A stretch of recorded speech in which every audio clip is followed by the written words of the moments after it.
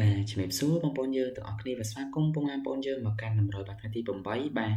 ត្រូវនឹងខែ1ឆ្នាំ2026ទាំងអស់គ្នាបាទអញ្ចឹងបើសិនជាបងប្អូនយើងឃើញវីដេអូនេះហើយបាទបងប្អូនយើងជួយធ្វើការចុច like ចុច share យកសំណាងល្អហេងម្នាក់មួយផងបាទចុច share យកសំណាងល្អណាបងប្អូនយើងបាទចុច share ម្នាក់មួយទៅបាទអត់មានអស់លើឱកាសទេបាទគ្រាន់តែចុច share ជូនរូបខ្ញុំបាទប៉ុណ្ណឹងបាទ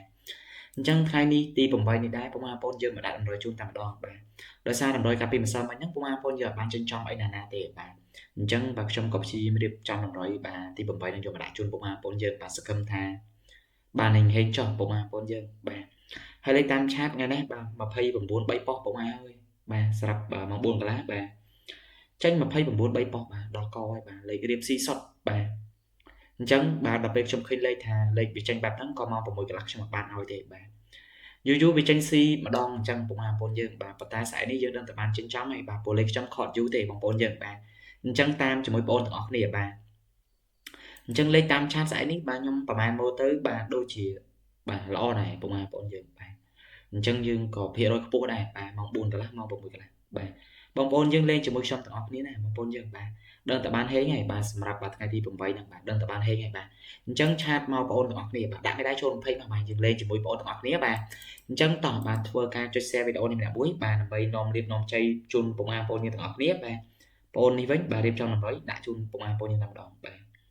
អញ្ចឹងសម្រាប់លេខពិសេសយើងមានខ្ទង់20ក៏ដូចជាខ្ទង់30បាទអញ្ចឹងយើងមាន25ពុកម៉ែបងប្អូនយើងបាទ25 27បាទ17 35ក៏ដូចជា37បាទអញ្ចឹងយើងមានប៉ុណ្្នឹងបងប្អូនទាំងអស់គ្នាបាទហើយចំពោះភាគរយខ្ពស់ថ្ងៃនេះបងនាំ20បាទបងនាំ25 27បាទអត់20ទៀតមក20ចេញញឹកហ៎បងប្អូនយើងបាទអញ្ចឹងចាំមើលចាញ់អត់ដែរដល់ពេលយើងដាក់20ឲ្យលេងអញ្ចឹងបាទហើយអា3លេខយើងឲ្យទៅ5 37គុណបាទហើយក្របទី1បងប្អូនយើងបាទក្របទី2 172គុណបាទហើយនឹងក្របចុងក្រោយបាទយើងឲ្យទៅ275គុណបាទអញ្ចឹងយើងឲ្យទៅប៉ុណ្្នឹងបងប្អូនយើងបាទមិនដែរបងប្អូនយើងបាទមើលទៅលេខតម្រុយទី8ហ្នឹងស្អាតអត់បាទ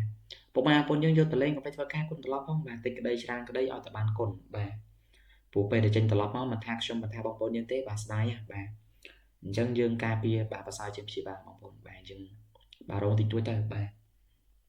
ហើយកុំភ្លេចណាបងប្អូនយើងបាទតាមឆាតស្អែកនឹងទី8ខ្ញុំរៀបចំលេខល្អៗជូនពុកម៉ែបងប្អូនយើងលេងបាទចឹងមានតែប៉ុណ្្នឹងឯងបងប្អូនយើងបាទគោរពលាបងប្អូនយើងបាទតែប៉ុណ្្នឹងបាទជូនពរសំណាងល្អបាយថ្ងៃទាំងអស់គ្នាបាទ